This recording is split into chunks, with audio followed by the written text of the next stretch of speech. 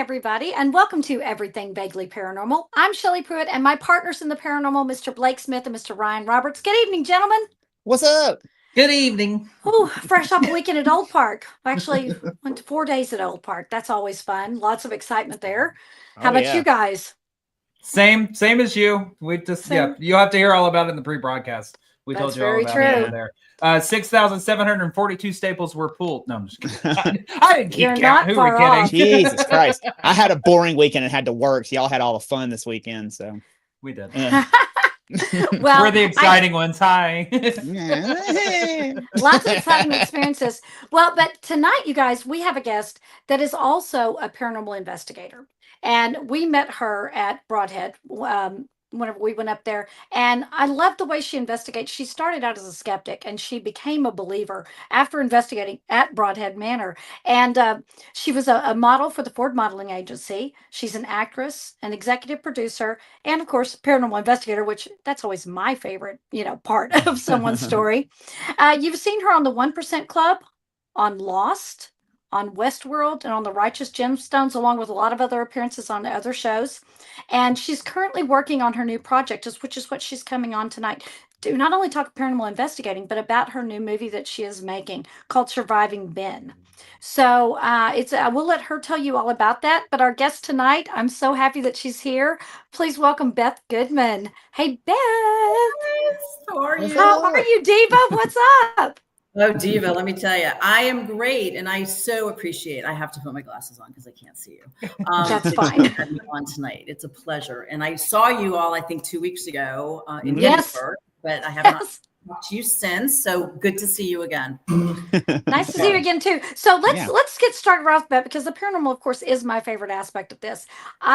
You had been talking to us about how you became a believer in the paranormal and in entities, experiences, that kind of thing. Why don't we start off with that? Tell us about your paranormal investigating experiences and what happened to you. So I actually got into the paranormal like really by accident with Michelle with Riverside, Iowa, who I'm with.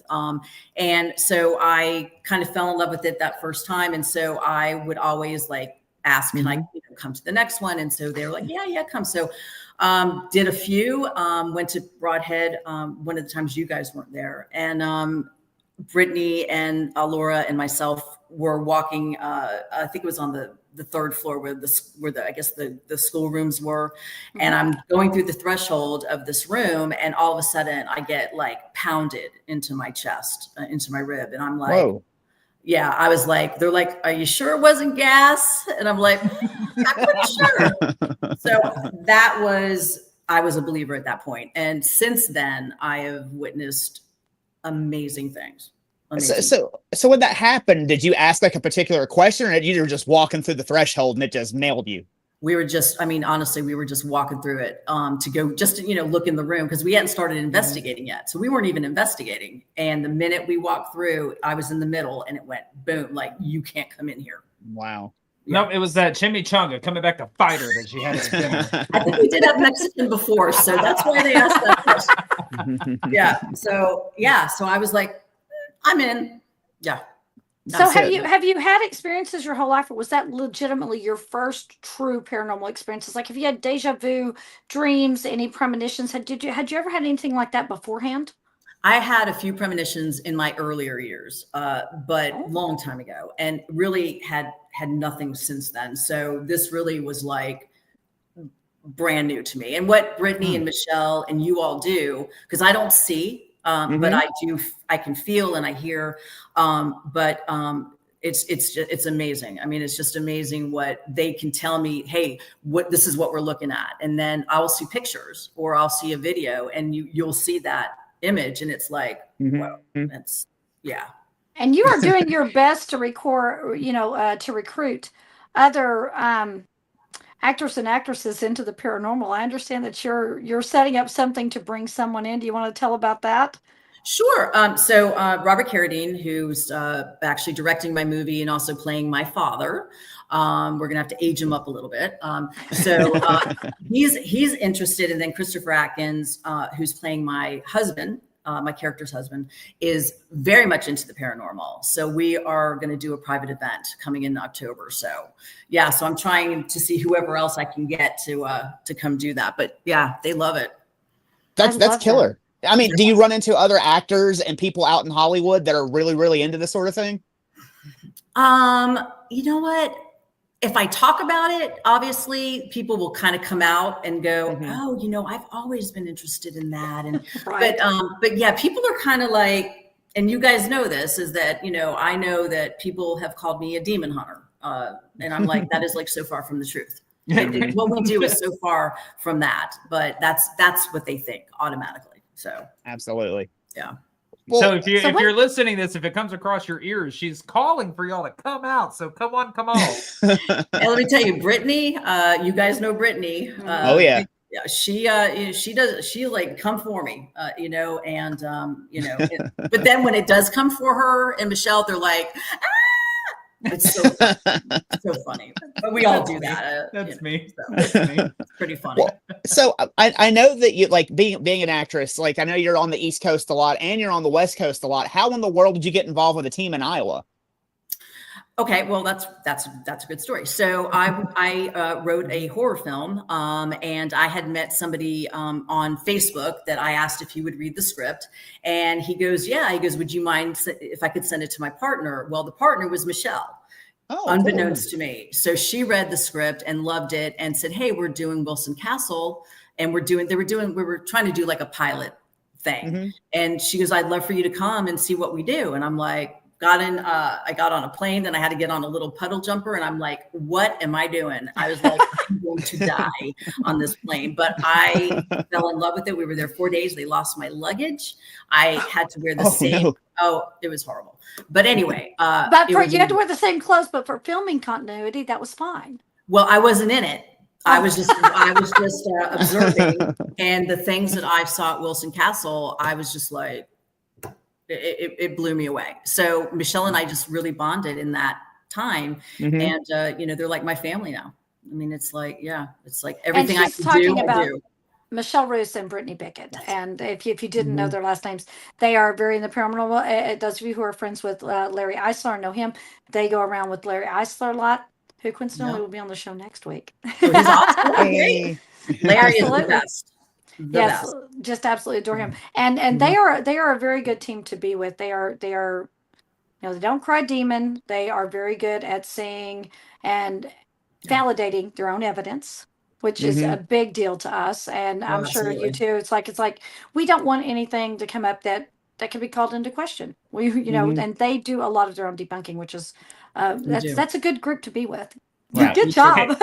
So I have a question on what you were walking into for your kind of first experience, because we rate on a 1 to 5 scale. 1 being very, you know, whatever. It's you could walk in and maybe not a whole lot happen. It's very great for beginners, stuff like that. 5 is just like off the charts. Like if you want to be a demon hunter, 5, yeah, go for it. You know, so where would Wilson Castle fall in that? 4.99. Oh, really? Oh my God. So you just ate the whole elephant right off the get-go. 4 days of it. And I was like, I didn't sleep. I barely ate. I mean, my deal is skinny pop on all of our sets and all of our events. I mean, that's all I ate. I mean, I was like, I couldn't even believe it. I could not even believe it. Is there any particular story you want to share about that? Well, the attic, I don't know if you all been to Wilson Castle, but I have not.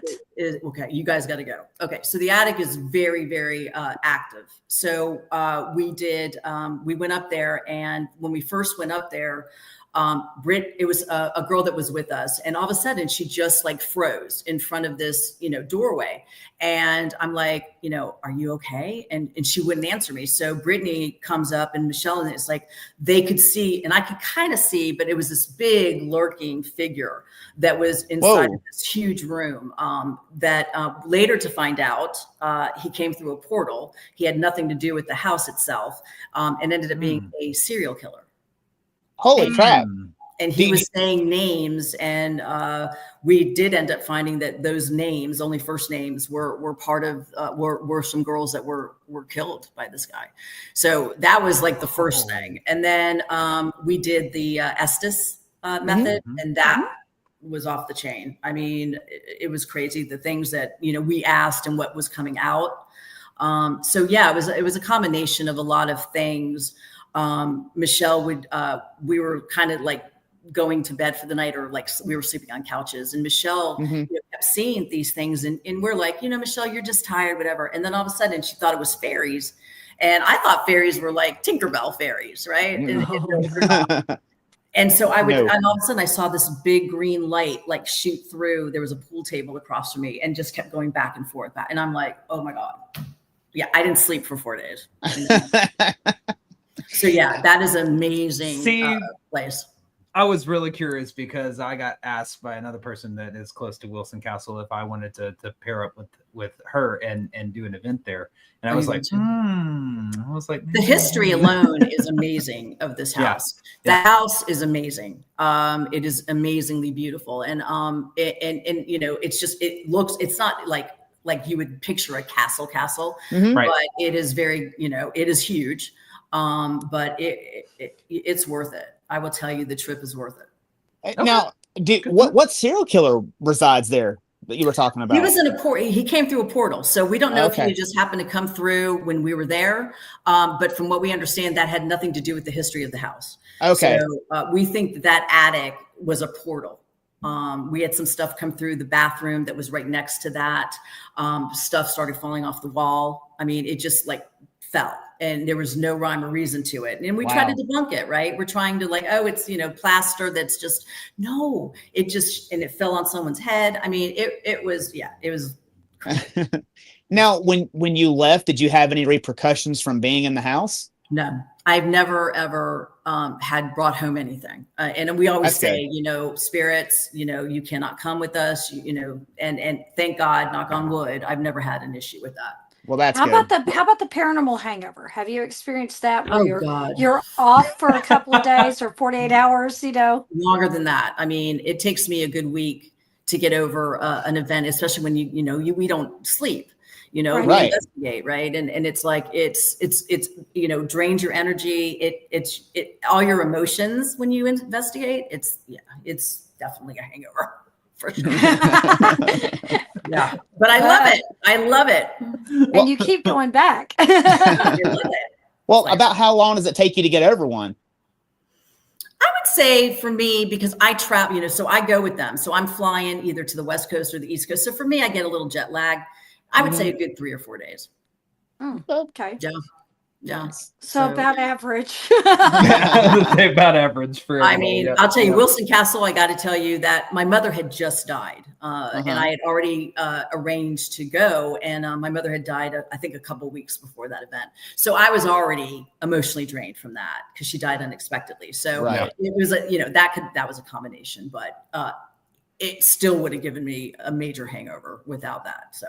Right. Wow. And maybe do you think that because you were going in there already in a heightened emotional state, do you think that's perhaps why more things were happening? Because your defenses were down, your emotions, you weren't completely in control of them whenever you walked in. Do you think perhaps that contributed to the amount of activity that came in that weekend? You know what, I would say partial, because everybody was experiencing stuff. So it wasn't like I seemed to over experience it. It was like everybody was. But I think, yes, my mental state, was definitely not 100%. But it happened to everybody, so it was like, it was there. That energy was there. Wow. Damn, now I want to go.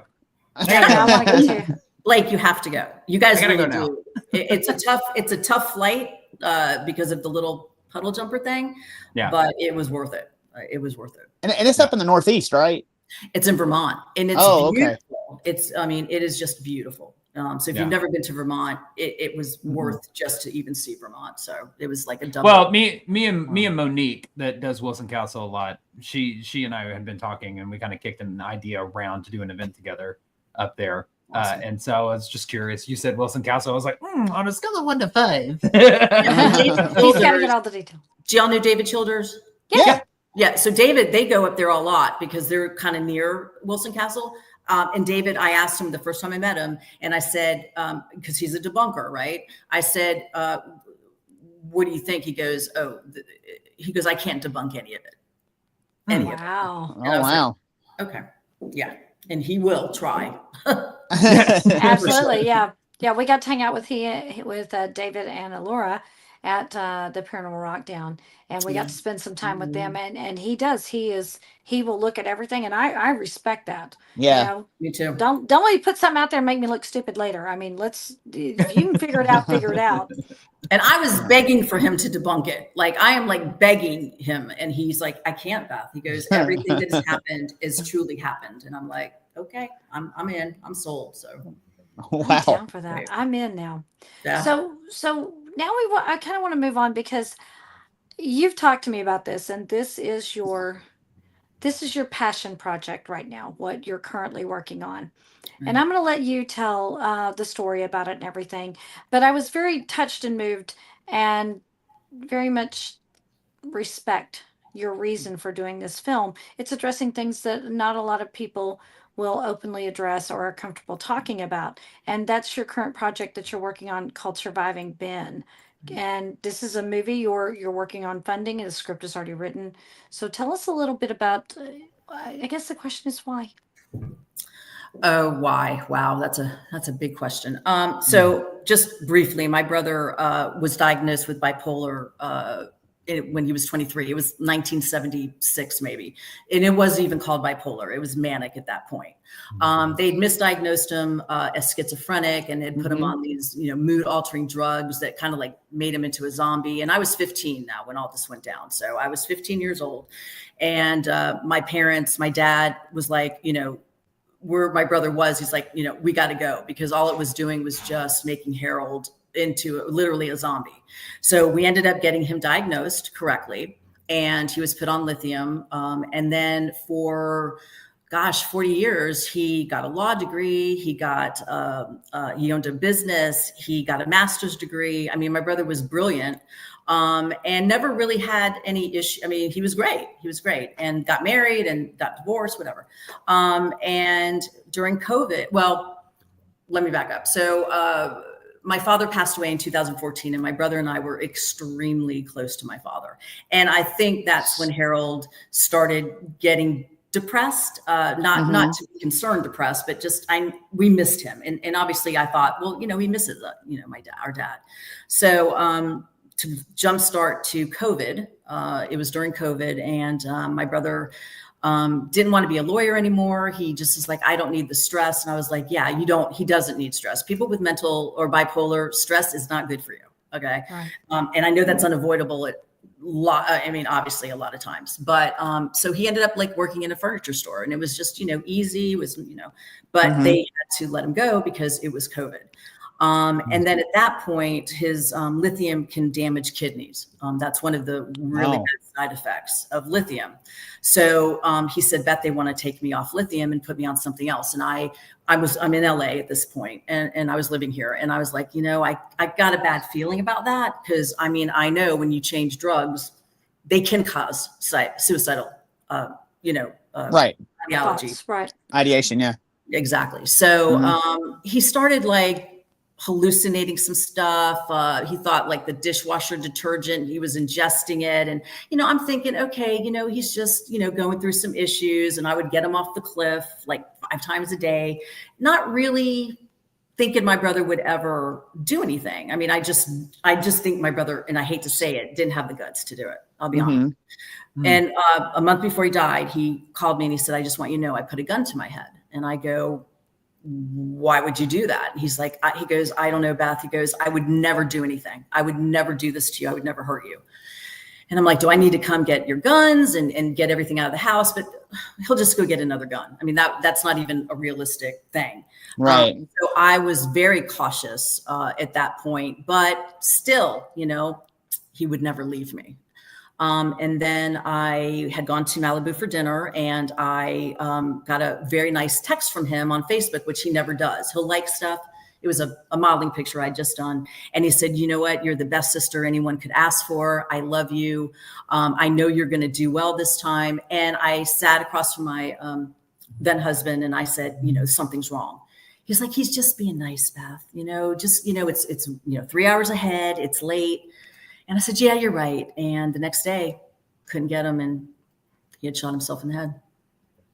Oh, wow. So my whole life, as I knew it, was over at that point. Mm-hmm. So I had to, find out how to tell my mother, so I got relatives to go, and I told her while I was on the phone, and flew out there the next day. So that's the reason for Surviving Ben, because suicide, if we would just talk about it, if we would just talk about mental illness, and we would talk about, there are ways to control your thoughts, and there's ways to control suicidal ideology.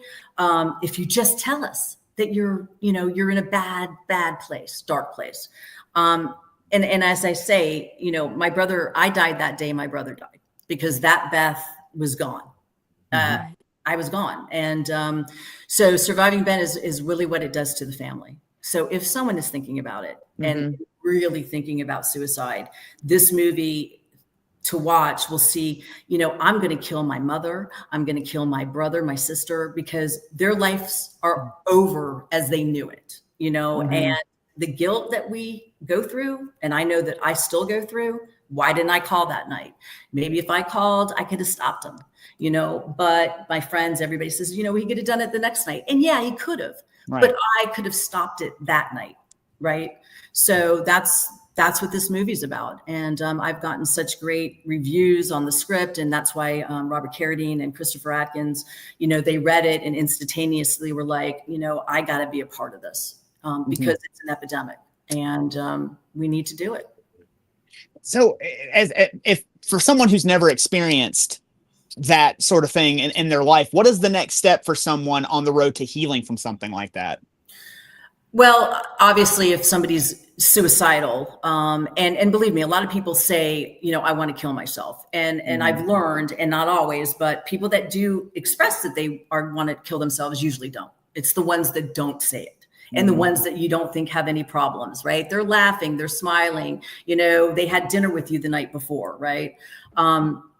It just, you have to tell people, because there's so many things that if we knew, I could have done, right? I could have put him in a facility. I could have, whatever. You can be saved from this. It's not like, it's dark and there's no light at the end of that tunnel. But there is, and you have people that love you, and it's much better with you than without you, right? Absolutely. Yeah. So that's my message. And, suicide's hard to do in Hollywood. People don't want to do suicide. They want to do Marvel movies, they want to do Barbie movies, that have nothing to do with humanity, so doing something for humanity is very hard, because it happens and people don't talk about it. Don't talk about it. In Hollywood, we have so many suicides in Hollywood. I mean, Robin Williams, Anthony Bourdain. I mean, the list is so long. Twitch from Ellen DeGeneres. I mean, people that you never thought that they were just happy. They were always happy, and they're not. They're not. Yeah. Sometimes that mask is very, very good. And so whenever you got this text, something in your gut told you that it wasn't right, because in just what you said, I would have thought the same thing, because that sounds like a goodbye to me. It was. It sounds like which it was. I think at that point, I don't think you could have stopped him that night. I think that whenever he hit send on that, I think that was probably the last time he was ever going to touch his phone. And you're right, Shelley, because, I, being a paranormal investigator, and this was even before I got into the paranormal, I am always an investigator. And I asked them, the coroner, I wanted to know what time of death, I wanted to know I knew when he sent that message. I knew when he had shot himself. And it was within 15 minutes of him texting me and actually doing it. He actually did a practice shot to make sure the gun worked through his wall. And then he did it. So yeah, it was a span of 15 minutes. So there was no way I could have even gotten anybody over there to intercede for me. And nobody heard the gunshots. I mean, which I thought was amazing. His next door neighbors, no one heard anything. So yeah, there was nothing I could have done. But you know what? You will always think, if I just called him. Right. And And I'm sure that you're going to address in Surviving Ben, I'm sure you're going to address for the people that are left behind. No, that once that decision was made and they did it, you weren't they have to let themselves off the hook. Especially if they'd been there all along and done everything they could. You actually probably gave that person a prolonged amount of time that they Right. probably stayed a little longer because of that. And I think Harold didn't want to leave me. I mean, he didn't want to leave me with my mother. I mean, we had a very, very, not a great relationship with our mom. And my mom still to this day, before she died, never would admit that Harold killed himself.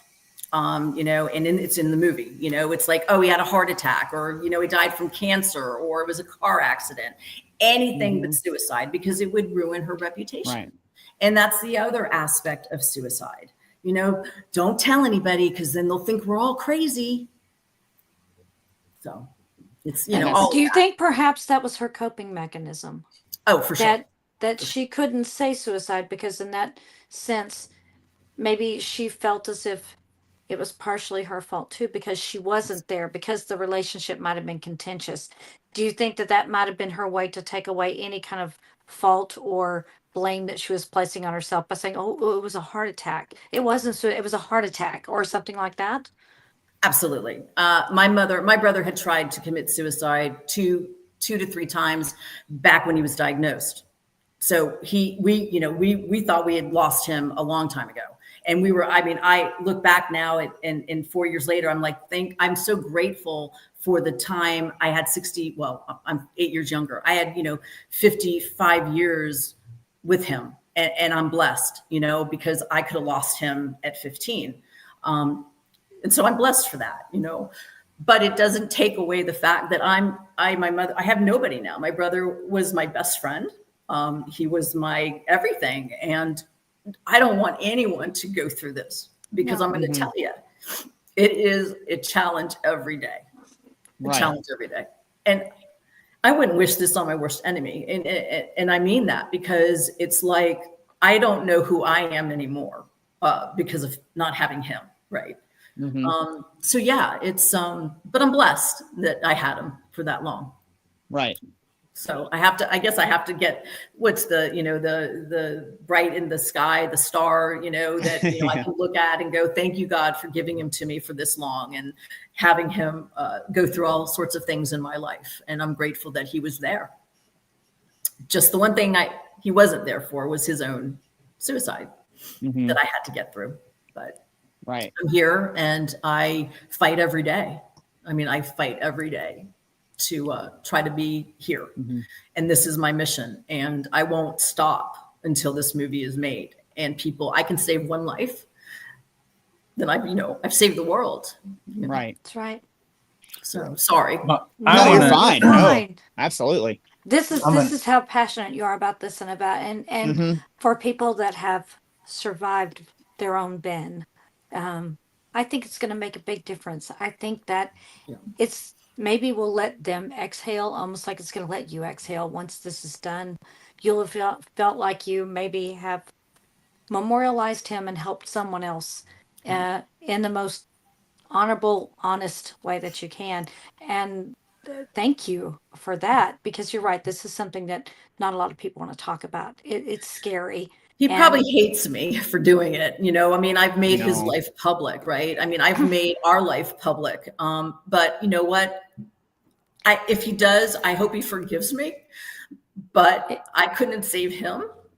So, I have to save somebody. But it takes much more courage to speak than to stay silent. And you are doing the courageous thing. Right. Well, I appreciate that. Very more And let me tell you this, I will say this about you, because I've hung out with you several times.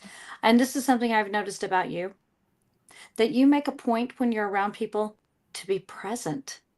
Something that a lot of people don't do. They put up their phone, they're messing with their phone while you're talking to them, or they're distracted and they don't hold eye contact. When you're speaking with someone, you are present. And that alone, that is that is something that is rare. And I think it's your passion and your presence and being present with other people. Sure. That is what's helping you get this done. Mental, yeah, and you're right. And I look, mental illness is hereditary. My great grandmother, and this is a horrible story, but my great grandmother killed herself on my grandmother's birthday, which was July the 4th. So, mental illness has been in my family forever. And I do think that it is a hereditary illness. But I want it to be treated like, diabetes, and I wanted it to be treated like a cancer. I mean, it needs to be talked about. It is an epidemic, and it needs to be just as much coverage as anything else out there. I mean, how many, commercials do you see for, I don't know, erectile dysfunction? I mean, hello, there are people dying, and we're talking about that, So it's like, I don't understand. I don't understand. There are some bipolar commercials, but not that many. I'm gonna say, I don't know how to word this. Sorry. Men's mental health in particular is not talked about enough, and I just want to say thank you, as somebody who struggles every single day with my own. It's refreshing to see something that I can relate to, and I think that's why it's so. I know this is different for our audiences to be talking this deep about this subject, but we need to. It's very, very. I'm very passionate and an advocate for mental health. I've been very open about my mental health journey on my personal Facebook. Sorry, I just want to say thank you. Thanks. And just to let you know, Blake. Yeah, just to let you know, Blake, 80% of all suicides are men. Yeah. 80%. Yeah. Okay. It is it's a male dominated illness. Okay. Women, very few. Do you hear women committing suicide or actually killing themselves? We don't say commit because it says that they committed a crime. I learned that at the suicide hotline. So I try not to say commit. Sometimes I slip up, but so yeah, it's mostly men, and men don't talk about their emotions, right? Because you got to be strong. Yeah. You got to be, you're the man, and it's fucked up. Yeah, yeah. That's the unlearning that a lot of men have to go through. That's what I've been on for the last almost 2 years at this point. Is I was raised very much buttoning up. Nobody wants to see you cry. Nobody wants to hear about that. Be strong. You're a man. Be a man. This is what it means to be a man. No, it's not. Everything that I've learned through this whole process is that leads to so much anger, resentment, inner demons, conflict within yourself. It destroys men's lives. It's a daily constant battle. And if you, to me, gentleness and talking about it and being open about it, I'm like you. If it saves one life, then being very open about it and sharing a story is well worth it. If it helps one person to inspire to get help or seek help, I'm with you. I think this is an epidemic that could be taken care of better. For sure. And handled in a better way to where people will actually reach out to get help, to know that it's okay to go to therapy. I'm going to scream that from the rooftops. Amen. So I just wanted to say thank you. This is what, like, don't honestly. It's the right thing to do, right? It's the right thing to do. Yeah, it is. I 100% agree with that. But I appreciate that, and I think I've got a lot of people behind me in this production. I'm very blessed to have Robert Carradine, direct, and he's been around forever. Revenge of the Nerds. I mean, he is the most humble person, and there's mental illness that's been in his family. He talks about it, right? He was from a big Hollywood family. It's mental illness is, I think, 1 out of 3 people have some type of mental illness. It's not a shameful thing. It's not. It's we treat it that way, and that's why somebody, whether it's me or somebody else, needs to get this message out, because there'll be another one tomorrow. I mean, we have already this year, we've had 500,000 people in the world kill themselves for nothing. Right. For nothing. Right. Yeah. And astounding. And I'm with Blake. Like, men's mental illness is not discussed enough. And thank you for doing a project like this, because doing projects like this and us talking about it is starting to lift that stigma away from men's mental health. And things get better as we go along. And something like this could be that pivot point that actually changes everything. Exactly. You know what? You know, this movie may not do anything. And I think that it's going to take much more than me to change, you know, mental illness. I mean, my God, I'm one person, but if I can get you know, like an army behind me, you know, that is in the medical field or is in Hollywood or is in something to make this like an everyday, okay, I have a mental illness. Okay, well, you know what? I have a mosquito bite. I mean, that's what, you know, I mean, it's like common. Okay. Yeah. But until we get there, we will have more and more suicides every day. Right. And we're having 10-year-olds that, how do they even know how to kill themselves? I mean, it's like, are you kidding me? You know, it's bullying. It's not just my brother's age or anybody. It's every age is afflicted by suicide. So as someone who experienced this and went through this, how do you begin to pick up the pieces after something like that happens? And what do you start doing? I tell you, the only way I could keep going was to start writing this movie or creating this movie. It's like,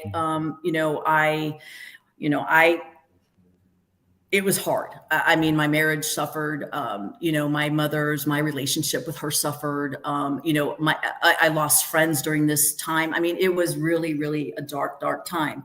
But you know what? I could either lay down and die, which I wanted to do many a time, or I could make him, his death not in vain, right? I could, do something to honor this man that nobody knows and nobody cared about because he's not a superstar or, but he was my brother and he was somebody to me, right? And all of these suicide victims were somebody, their daughter, their son, their wife, mother, whatever.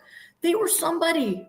And I want to make sure that it's not just celebrities, it's people like my brother, that they deserve to be known and how wonderful he was and funny he was and how he was my best friend, because they're somebody to us, right? And my life has been very lost without him.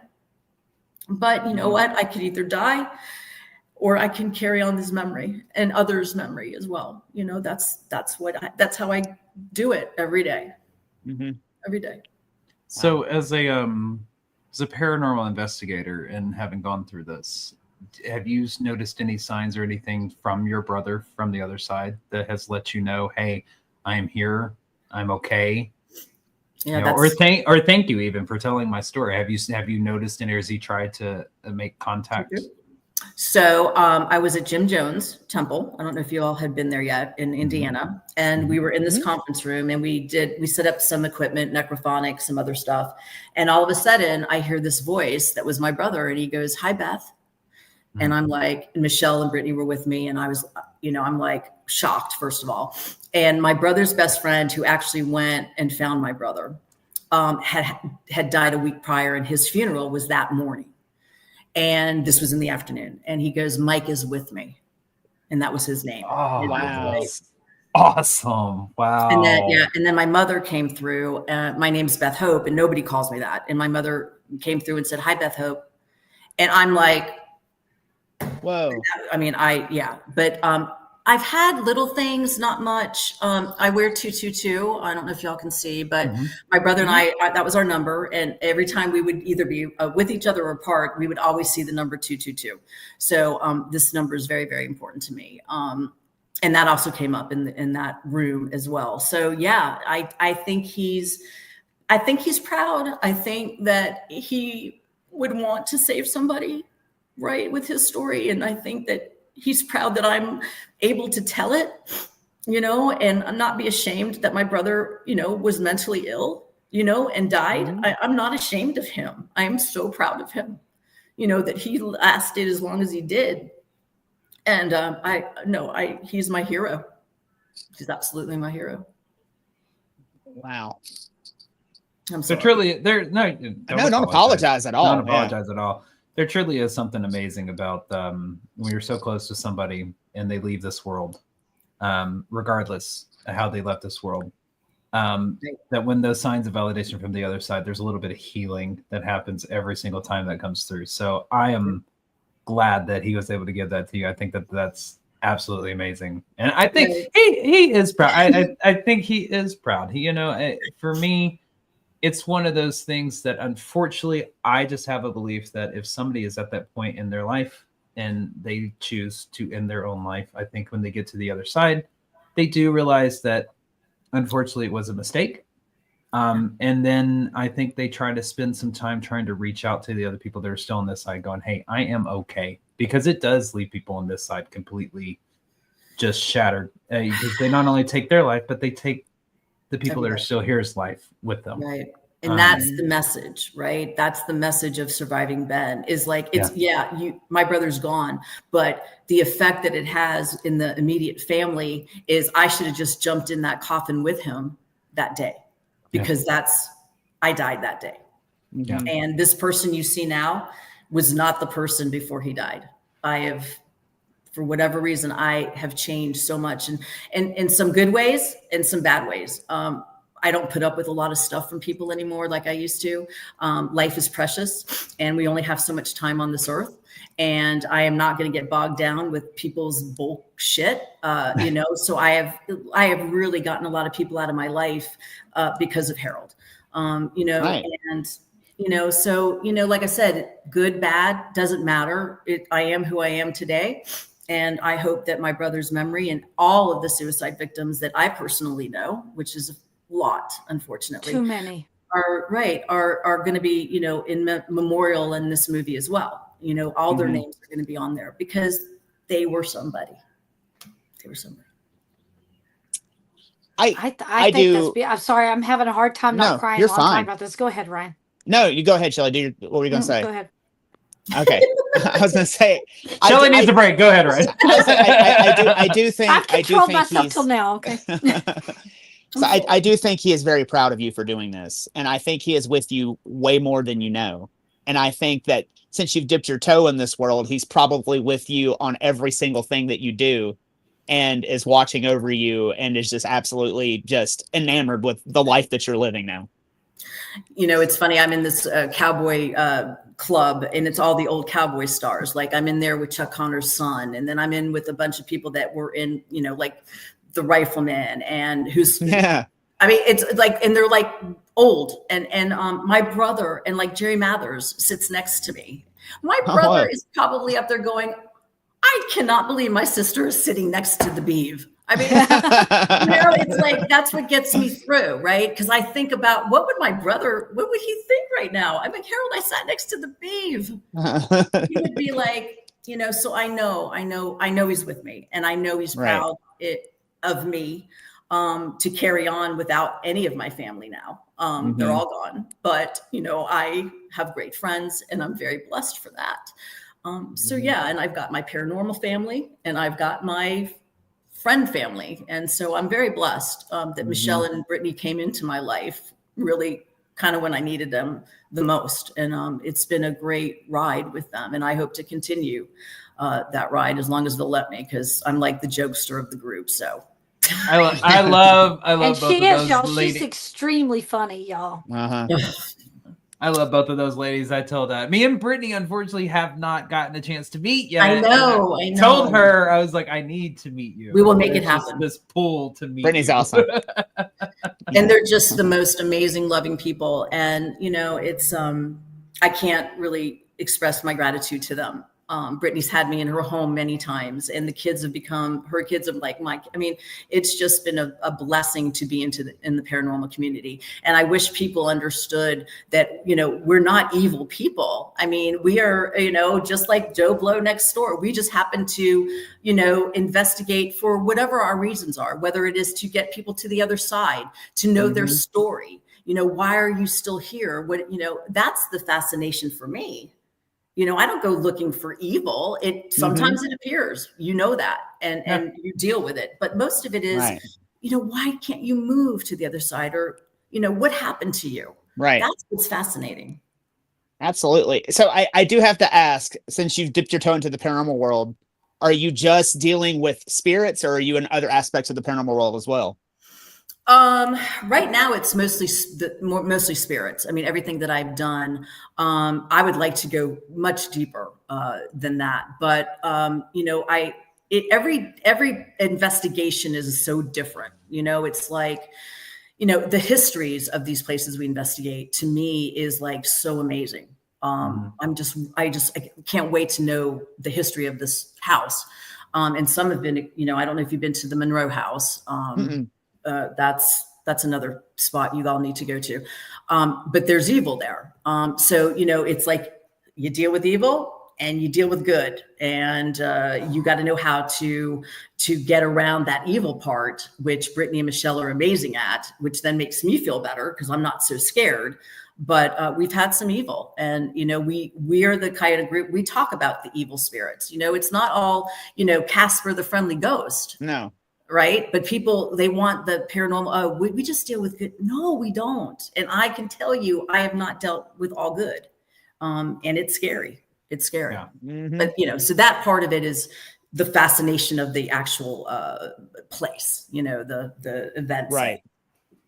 So, but yeah, I'd love to get more into it and do what I can, to help, even help people that have family members that they can get in contact with. I'm not a medium, I'm not that, but I would, obviously want to get them that type of person to help them in any situation. So yeah, there's so many realms of this, paranormal, or, that people just don't even know about. Yeah. So And I have a question. Since you kind of broached the subject of mediums and psychics, have you consulted someone with those talents in an effort to speak with your brother? I have. When he first died, I got a girl. I didn't even know she was a medium. She was like a psychoanalyst or something. And then she goes, I just want to tell you I'm a medium. And I'm like, oh my God. And she told me things that only I would know about my brother and my father, because my mom was still living. And it was fascinating. Yes. I trust mediums because there are things that they would never know. You can Google me, which there isn't much on Google, but you could never know the things that medium had told me. Like my dad used to wear a cap. He was a tour guide and used to wear this particular hat. She described it to a T. How would she know that? There's no pictures of my father on Facebook with a hat. Right. How would she know that? So yeah, I believe for sure. So yeah, I've been told I have medium abilities, and I don't think I do. I think I do have premonitions, but I don't think I'm a medium of any type. But maybe it'll come out. I've investigated with you. I wouldn't exactly shut that down just yet. I'm not. I would. Okay. If I could help somebody with that, that's great. Speaking from personal experience, don't let it kick you on your ass whenever they do decide to come out. Hey, look, I just, I love the paranormal community. I went to Gettysburg, and that's where I saw you guys, and it's such a great community. I mean, it's just, it really is wonderful people. And I just think that it's just, we get a bad rap. We get a bad rap, and I don't get it. I just don't understand. But you know what? Hopefully we'll change that too. I want to put a face on, hey, we're not a bunch of witches and it's like crazy, but that's what I've heard. People say that. And I'm like, oh my God, you guys have no idea. It's like, you ain't talking to Larry, you talking to the devil. It's like people, have you ever been possessed? I'm like, how how many possessions have occurred? Like 0.00001. Right. But that's what people think of The Exorcist, The Conjuring, they see these possessions and that's what we do. And it's like, oh my God, you have no idea. No. So let me ask you this. We've talked about Surviving Ben and the story and the why and all of that. So what is next for Surviving Ben? Where are you at in the process? What comes next? And is there anything that our listeners, viewers, or we can do to help the process? Well, you're sweet. And right now I'm in the funding stage. So I've got some pretty good prospects right now. The budget is, I will be honest, the budget's about $4 million. I'm actually shooting it in Charleston where the story happened. So it's actually a lot more inexpensive to shoot in a non-union state. But anybody that wants to donate, anybody that wants to, I don't know, just anything for suicide, if they want to give to a suicide or prevention or 988, which I worked for, I mean, anything that will help bring this to a light of, people are dying for no reason. Mm-hmm. A pill will save you. A pill. And that's, so yeah, anything that they can do for suicide prevention, I would be honored. And if they could do it in my brother's name, that would be amazing. And it's Harold, right? Your brother? Yep. Goodman. Yeah. Surviving Ben, we don't use our real names. So that's his name in the movie. So, and that's the title. It's surviving his death. Mm-hmm. And that's exactly what people do that experience. Right. Is there a GoFundMe or a Patreon at all? I'm doing crowdfunding. I can certainly send you guys the information and you can, post it. But I know I'm doing some crowdfunding, but really it's not cheap, and I don't want it to be a cheap movie. I mean, this movie, I want to change lives. I want to save lives. So, I'm doing the best I can. It's hard. Funding is probably the hardest part of doing a movie. But at least it's not a Marvel movie for like $100 million. So blessed, right? Well, no, send us the information, because not only will we post it, but every week we update our links on our link tree, and we'll just put that one on there and leave it on there until you say, "Hey, we're good." Mm-hmm. I can't wait for that day. Right? Well, see, this is what we call a class of manifestation people. It's going to happen. That's right. No, it will happen. It will happen. I know it will. My story is people are going to say, look, I want to help this cause. I've had somebody that has killed themselves in my family, or I have felt suicidal myself. I know that we will get there. And I know that this movie will save a life. Just one life. If I can save one life, Harold will be thrilled, right? Yeah. So you guys I'll add on to that about. Listen, here's the thing. One thing that I needed. I'm probably going to get emotional again because these two mean the world to me. They're on the screen. We give each other hell and shit and everything, but you're family. We're family. We're brothers and sisters. At the end of the day, they have my back. I know that they do. And when I was dealing with everything I was dealing with, I knew that no matter what time of the day it was, middle of the night, I could call them and they would be there. And it shows that all it takes is 8 minutes for somebody to feel like they're not going through something alone. And these have sat on the phone with me for 4 hours. And so if you don't have that, guess what? My inbox is open. I've got 8 minutes. I'm going to do that. 8 minutes. Same. Number 2, reach out. Also be that for somebody else. 8 minutes. I will always have 8 minutes. I wish I had talked to I just want to add that. No, you're right. Yeah. And I wish I had picked up that phone, and don't think every day. I wish I could go back, right, to just that night, but I can't. But you have no crystal ball. I don't. And you know what? Like I said, if my brother's death will help me get this mental illness word out, then, my trauma and tragedy will be for nothing, would not be for nothing. And I know that when I'm dead and gone, this movie will be there and it will help somebody down the road. And that's a blessing, right? That's a blessing. Mm-hmm. So, yeah. And we're honored that you come on to talk about this and let us be a small part of helping you save someone's life. Well, you have. I mean, I've done a few podcasts, and I'm really genuinely honored that you guys are willing to talk about it and bring it out, because not many people do. And I am just honored that you guys, have that compassion. And Blake, you've been through the mental illness road.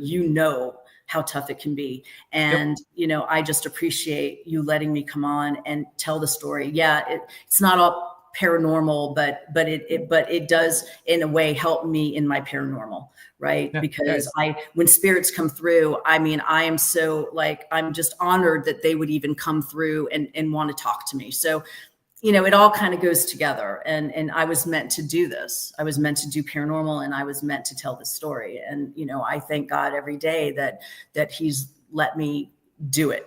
And I'm just and you guys in the paranormal have embraced me as a newbie. And, I feel like I've been doing it for years. And you don't find that very often in things that people do. You don't find a community that's that open armed with you. And that's something that you all should be proud of, because I felt like I fit in from day one. So.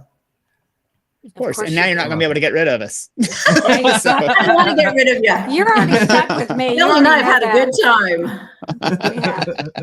Well, Beth, absolutely. Oh yeah. Well, Beth, why don't we help you do this? And why don't you tell them every place that they can find you, where they can, if you're going to crowdfund, where they can donate, and where else they can just contact you if they want to. Okay. The crowdfunding I will forward you, but I'm on Facebook and I do a lot of promotion for Surviving Ben. I also have my own Surviving Ben page. So people can go onto that and they can comment, and if they need, some guidance or help or anything with my story. And if I can help anybody, I don't care if they want to call me and talk, and I can talk to them for 8 minutes or 8 hours. You know what? I don't care. I want to be there, and I will always be there for people. So, but those are, and I'm on Instagram. I don't do a whole lot on Instagram. I guess I should do more, but it would be Surviving Ben page, and then Beth Goodman, my own Facebook page, where I post a lot of stuff. And I just thank you for giving me the outlet in our community, right? To talk about my brother and his story. Well, thank you. We appreciate you, and we'll do a little bit of housekeeping on our side. Blake, why don't you tell them everything they need to know? All right, sounds good. I want to start off at the beginning of the closing off with, if you or someone you know is struggling, help is always available 24 hours a day. Call, text, 98. Sorry, there's loud motorcycle going on in the background. I don't want to screw this up. We'll start over. If you or someone you know, no, it's okay. If you or someone you know is struggling, help is available 24 hours a day. Call, text 988. There is also a chat option that is available if you don't feel comfortable actually speaking with somebody. So please do not hesitate on that. Yes, that is an option that is available. As for our announcements, on to where we'll be throughout the country, I guess. No, I'm just kidding. If you want to support our show directly, check out our Patreon page, patreon.com/EVP podcast. That is EVP podcast with 2 P's. For just $5 a month, you'll unlock over 450 Patreon exclusive videos, including the pre and post broadcasts, which are the 30 minutes before and the 30 minutes after this live broadcast. So you get an additional hour with us each week. Your support from this goes directly back to the show and towards the adventures that we bring you week after week. And if you're not sure about joining Patreon, try it risk-free with our 7-day free trial. Make sure you stay connected with us. Follow us on Facebook, YouTube, and many more by searching Everything Vaguely Paranormal and looking for the green sound wave. And remember, you can catch us live every Tuesday night at 8 p.m. Central Standard Time on Facebook and YouTube. If you'd like to meet us in person and come hang out, your choices are dwindling, but there are a few left. September 3rd through the 6th, we will be in Vernal, Utah for Phenomicon 2025. That is going to be a week-long conference, and tickets can be purchased at phenomicon.net. September 27th, we will be in Independence, Missouri at the Masonic Temple with Epic VIP Events LLC with the Mysterious Sam and Mike for the Parathon with Johnny Hauser, Josh Hurd, Stephanie Riley, many more. That event is 18 and up, but those tickets can be purchased online at Eventbrite through the Mysterious Mike and Sam. October 18th, we are partnering with the Gregg County Historical Museum in Longview, Texas to lead their annual Haunted Walk Downtown, where we lead you around and tell you the stories of why downtown Longview, Texas is so freaking haunted. Afterwards, we'll be leading an investigation on the inside of the Gregg County Historical Museum, and tickets for that will be on sale soon. So make sure you subscribe to our Eventbrite page to be notified when public investigation tickets go on sale. We still have the 2-night at the Old Park Hotel in October. Tickets for that are limited. I believe we have 4 left, but they are still available. To make it easier, we have added all these links to our link tree, which will be on Everything Vaguely Paranormal Facebook and X profiles Wednesday morning at 9 a.m. Central Standard Time, or you can search linktr.ee/Everything Vaguely Paranormal. We are grateful for your continued support. Every like, comment, share, and download keeps the adventures alive. So if you have a favorite episode, share it with your friends. If you have a story, comment, or question, or if you'd like to be a guest on the show or have us as guests on your show, email us at the evppod@gmail.com. That is THEEVPPOD@gmail.com. Go like, share, and subscribe to that YouTube channel, and please give us that thumbs up on there. So we want to thank you for joining us tonight. We want to thank our very special guest, Miss Beth Goodman. Thank you for sharing your story. Please support her project, Surviving Ben. And just I almost made it. Thank you for being here with us tonight. And for me, I'm Shelley Pruitt. My partners in the paranormal, Mr. Blake Smith and Mr. Ryan Roberts. Thank you for being here. We always have 8 minutes. We want you here, and we will see you next Tuesday. Thanks, Bye-bye. guys. Bye, y'all. Bye, y'all.